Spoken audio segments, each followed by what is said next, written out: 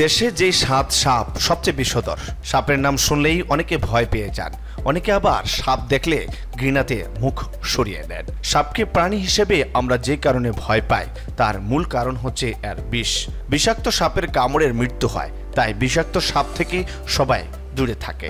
এই সাপের মধ্যে কিছু আছে বিষহীন, আবার কিছু আছে খুবই বিষাক্ত।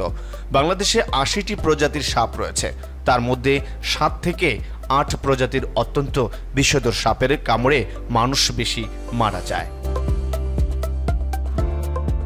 নায়া নায়া এটি কোবরা বা খোকরা প্রজাতির সাপ।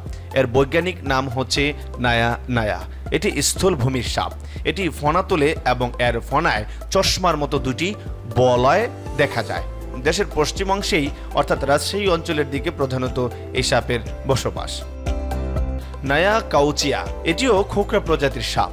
স্থানীয়ভাবে একে জাতি সাপ বা জাত সাপও বলা থাকে।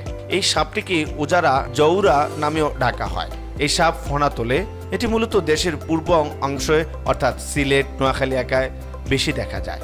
দেশে যত সর্প দর্শনের ঘটনা ঘটে এর কামড়ে ঘটে সর্বোচ্চ। এদিকে রয়েছে কিং কোবরা বা শঙ্কাচোর, একে রাজ গোখরাও বলা হয়। ভয়াবহ বিষধর এই শঙ্কচর অন্য খোকরার তুলনায় আকৃতিতে বেশ লম্বা। এর ফনায় অন্য খোকরার মতো চশমার মতো বলয় থাকে না।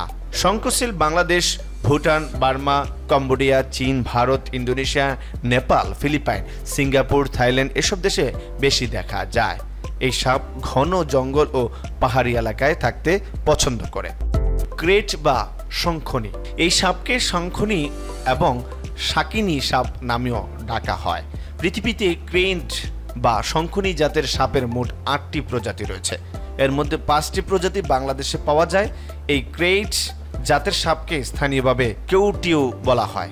এই সাপ বাড়ির আশেপাশে বা লাকড়ির মধ্যে শুকনো জায়গায় থাকে। চন্দ্রবুড়া বা রাসেল বাইপার, চন্দ্রবুড়ার আরেক নাম উলুবুড়া। বাংলাদেশে যেসব সাপ দেখা যায় তার মধ্যে এটি সবচেয়ে বিষাক্ত। এই সাপটি প্রায় ১০০ বছর আগে বাংলাদেশ থেকে প্রায় বিলুপ্ত হয়ে গিয়েছিল, অর্থাৎ পরপর কয়েক দশকে এর কোনো একটি সাপেরও দেখা মেলেনি।